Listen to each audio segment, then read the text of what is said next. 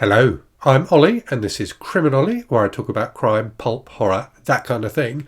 Today, science fiction, I've got a review for you of Psalm for the Wild Built by Becky Chambers.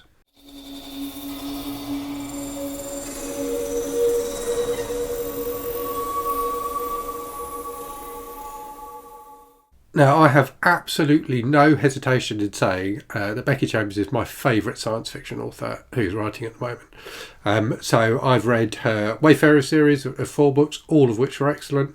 I've read her standalone novella, To Be Taught If Fortunate, which was also excellent. And now I've read this, A Psalm for the Wild Built, which is the first of her 2 Monk and Robot books. And it was excellent. And I'm going to be reading the second book very soon.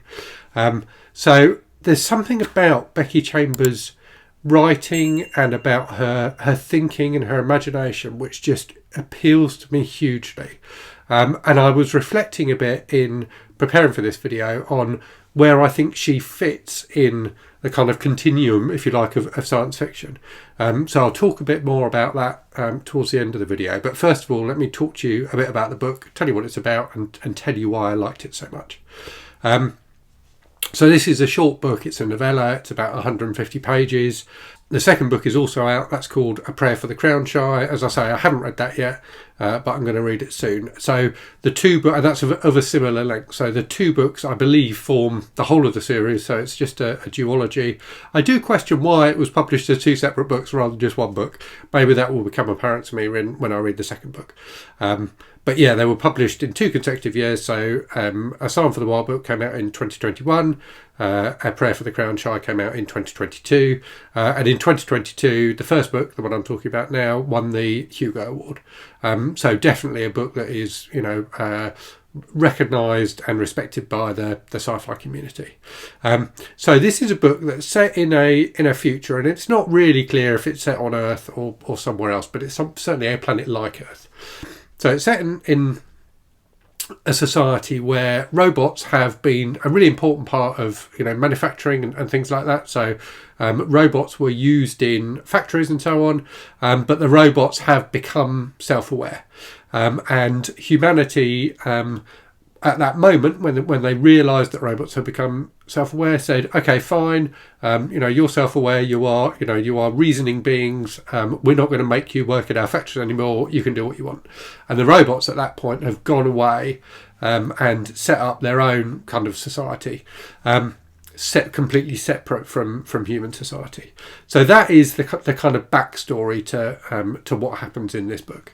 The book focuses on a character called Sibling Dex, who is a tea monk.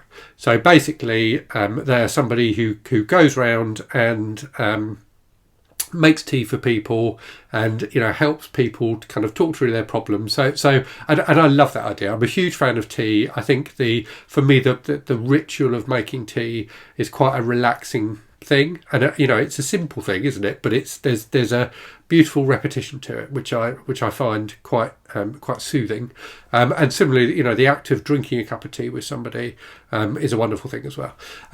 So as I say, Sibling Dex, and you may have guessed by the fact that they are called Sibling Dex rather than Brother Dex or Sister Dex, and the fact that I've used the pronoun they are a non-binary character, which in itself is interesting and something that is typical in Becky Chambers' work. So the Wayfarer series explores different kinds of sexuality, of sexual identity, of gender identity in a really interesting way and in a wonderfully inclusive way that just felt there's a warmth to those books and a humanity to those books which I absolutely fell in love with, and that is definitely present in this book as well.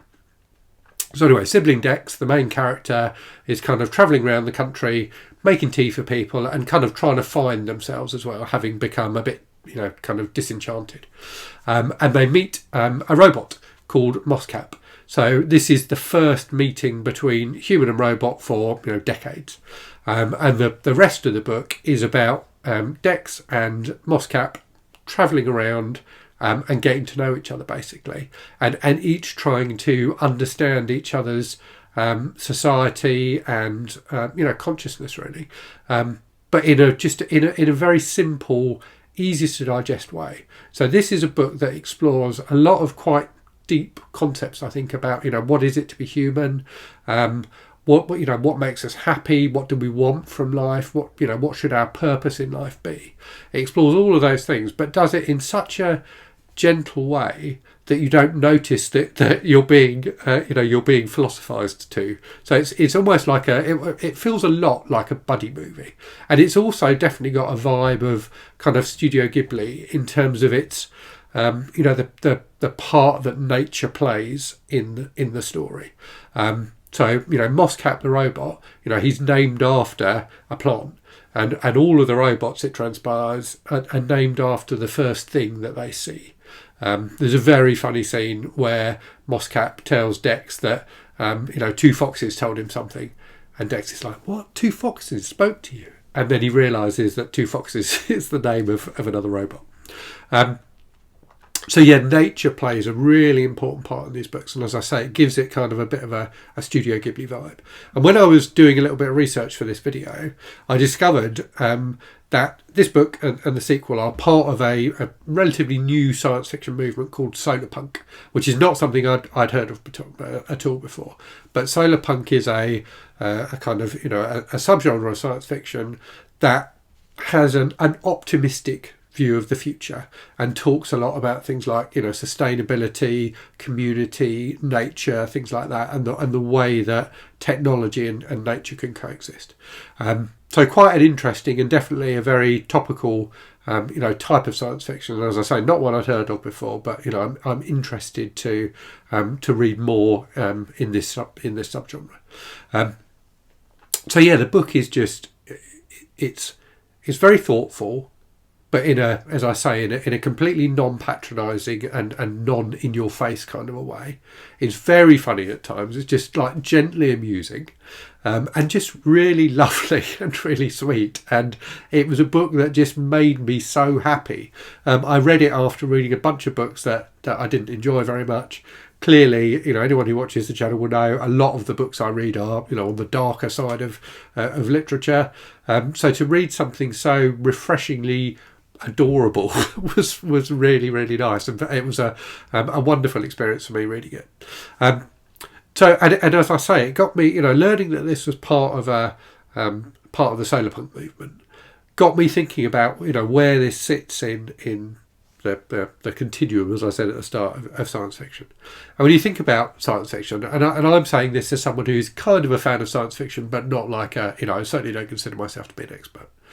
But when you think about science fiction literature and cinema and the way it's kind of gone since, I guess, kind of the 50s, you get in the, well, I suppose in the 30s and 40s and into the 50s, you get a lot of optimism in science fiction about the role of science and technology in the in our future. So space travel, robots, artificial intelligence, all different things that can make life better. And I think that period of science fiction, the kind of golden age of science fiction, was quite optimistic. And then after the Second World War, during the Cold War, you start getting a darker kind of science fiction. And clearly there have been examples of this before, but it feels like science fiction as a whole kind of became darker. You get more kind of dystopian stuff coming up in particularly in like the 70s, I guess, and 80s and 90s, more post-apocalyptic kind of stuff, and it the future feels like a much bleaker place, and a lot of the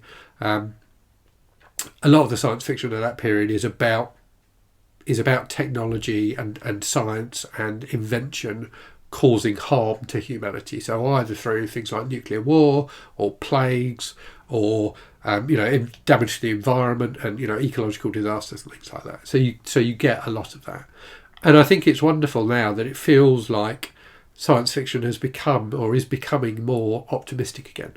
And I think Becky Chambers is an author who is at the forefront of that. And what she does brilliantly, I think, is to take tropes from the science fiction of the 50s. So, this book is about robots. The Wayfarer series is very much about, space travel and aliens and things like that. So she takes those tropes, which are really central to our appreciation of science fiction, and often, kind of what makes it fun to read. She takes those, but she blends them with a very current worldview in terms of, trying to think about how we can right the wrongs of previous generations in terms of damage to the environment and things like that, but also discrimination and marginalisation of particular groups. And I think she combines all of those things together into books that are just a joy to read, that are definitely political, but not in a way that feels particularly in your face. But also are just purely entertaining. She writes fantastic characters. She's done it in this book. The second Wayfarers book is largely about a friendship between an artificial intelligence and a genetically engineered human. So two completely, non-traditional people, if that makes sense. So people who are not humans in the way that we accept that term, that we normally think about that term, but who nevertheless exhibit humanity, who embody humanity in the way they befriend each other and look after each other. And exactly the same thing is true in this book with the relationship between Dex and Muscat. So yeah, a really wonderful book. I really, really like Becky Chambers' work. I'm really interested to see what she does next, and I think it's great that her talent and her optimistic view of the world has been recognised by the sci-fi community more broadly. As I say, she's won the Hugo Award, and it feels to me like there's been a string of authors who have have been in that vein. So authors like N.K. Jemisin, who won who has also won the Hugo Award, are kind of Afrofuturist writers, and it seems to me like this solar punk movement is similar to Afrofuturism in terms of being about, as I said, righting the wrongs of previous generations and being inclusive and hopeful. So yeah, a book I thoroughly recommend, a book I think you would enjoy even if you don't like science fiction, because that humanity and the kind of friendship at the centre of the book just make it enormously accessible, I think. So highly, highly recommended, and as I say, I can't wait to read the next one. Okay, time for a random book from the shelves. Today, again, I have a book from one of my patrons. So in the upper two tiers of my Patreon community, you get to pick a random book from the shelves for me to talk about. So today's book, or indeed books, were chosen by one of my patrons, Lel Alet. So thank you very much for picking these, Lel. So Lel asked me to talk about my favourite horror short story collection. And that is this, The Books of Blood by Clive Barker. So this is the kind of 6-volume paperback edition, which is how it was kind of published back in the 80s. It's now available as more typically published as two volumes, each with three of the individual books in.